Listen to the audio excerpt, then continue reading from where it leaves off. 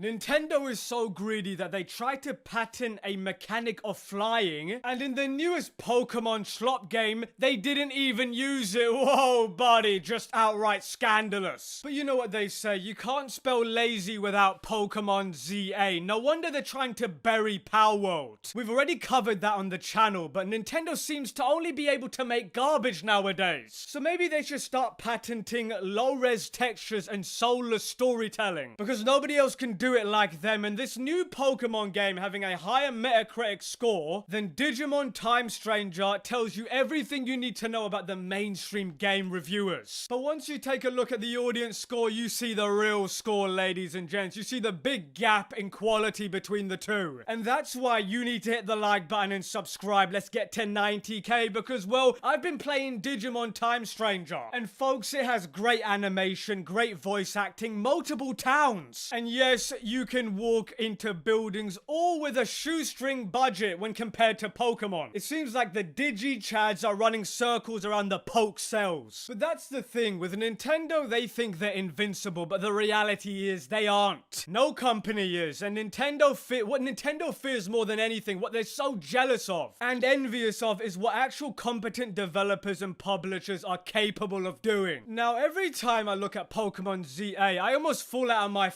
chair and start laughing because of how awful it looks. It looks so boring. Yes, you get to walk your dog around and hit Pokemon a few times, then run around in an empty, cramped copy and paste world while picking up individual pieces of grass. That's basically what you're doing, and the mentally stunted Nintendo fans are on their hands and knees begging for more, claiming it's a masterpiece. Yeah, no, it's not a masterpiece. You are a pathetic fanboy. And yeah, in other news, huge quantities of water have been found in the ocean. Anyway, look, one of the other reasons why Pokemon ZA is a scam is because they aren't just charging $70 for it. No, they're charging $70 plus $30 for the section of the game they sliced off to sell you as some kind of day one DLC. I mean, this is the same bollocks. This is the old Destiny trick that Bungie used to do all the time. The first DLC was already on the disc, so once we purchased the DLC, after you've already bought the game, it basically offered nothing new. You just played levels in reverse. The definition of just lazy, empty calories. So yeah, Pokemon ZA is effectively a $100 game if you want the actual complete experience, whatever the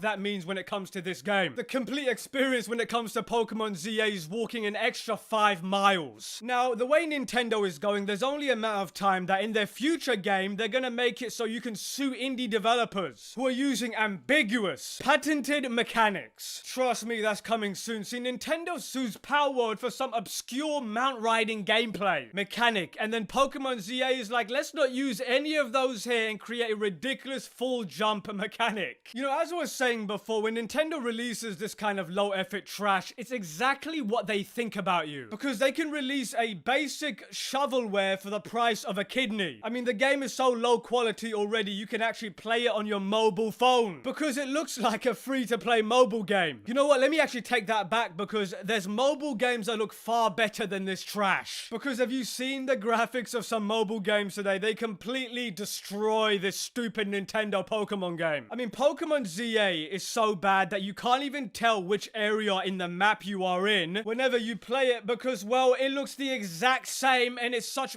bad quality. The whole city is apparently just one singular model, one singular entity, which would also explain why you can't get inside anywhere and why it also runs like trash on the normal Switch. By the way, let's get back to the city here for a second. It's not a city because since you can't get into any of the buildings, it's more like a maze or a labyrinth or something. I think that by limiting the playing area to just a city, you would think that that would at least mean that the city would be as detailed as the entire map. The fact that it doesn't even have a building interior is just plain, it blows my mind how they think this is worth releasing. I mean, it's actually quite funny in a way. I mean, they actually put flat windows and balconies like wallpapers. So the thing is, look, the city in Pokemon A to Z, or ZA, whatever it's called, is clearly not a city. It's an open air prison that tries to pretend that you're free, but in reality, reality you're just a caged zoo animal. It's got this really weird, minimalistic and claustrophobic feeling that just simply doesn't work. Because the choice to set this game into a single city is especially baffling when you realize that one of its main draws of its predecessor, Legends Arceus, was the ability to go out into the vast wilderness and interact with Pokemon in their natural habitat. I mean, think about it. Look at what they took from us. This city could have been gigantic in scale. Imagine if you were able to at least, I don't know, enter like 75% of the buildings. Having those catacombs, but also having large, dense parks. But oh wait, you gotta wait for the $40 DLC for that. It's just gross. It's just so gross. And it's especially funny to me. Pokemon ZA is really funny to me because when you remember that we had stuff like Batman Arkham City, which was limited to a single city, but was more fleshed out, and it came out 14 years ago. I mean, we can keep going. We can go to Todd Howard's,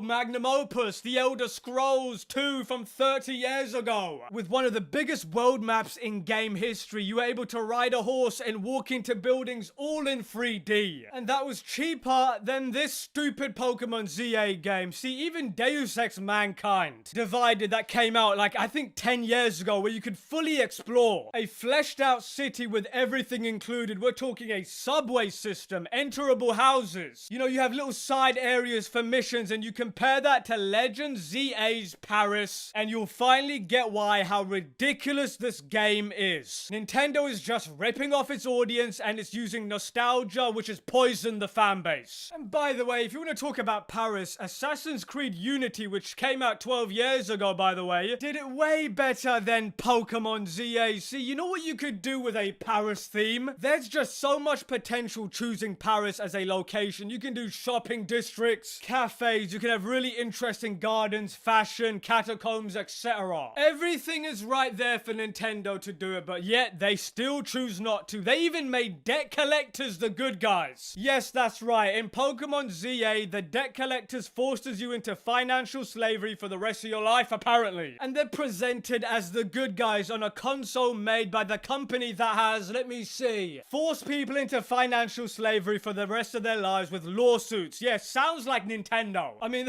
listen, I could just imagine some manager, some Japanese manager in some high-rise building who is a loan shark in his previous workplace walking into development and saying, hey, everybody's gonna stop portraying people like me, the loan sharks, the corpos as bad guys. From now on, we're the good guys. We're no longer bad anymore, and if you don't change it in your game, we're gonna sue you.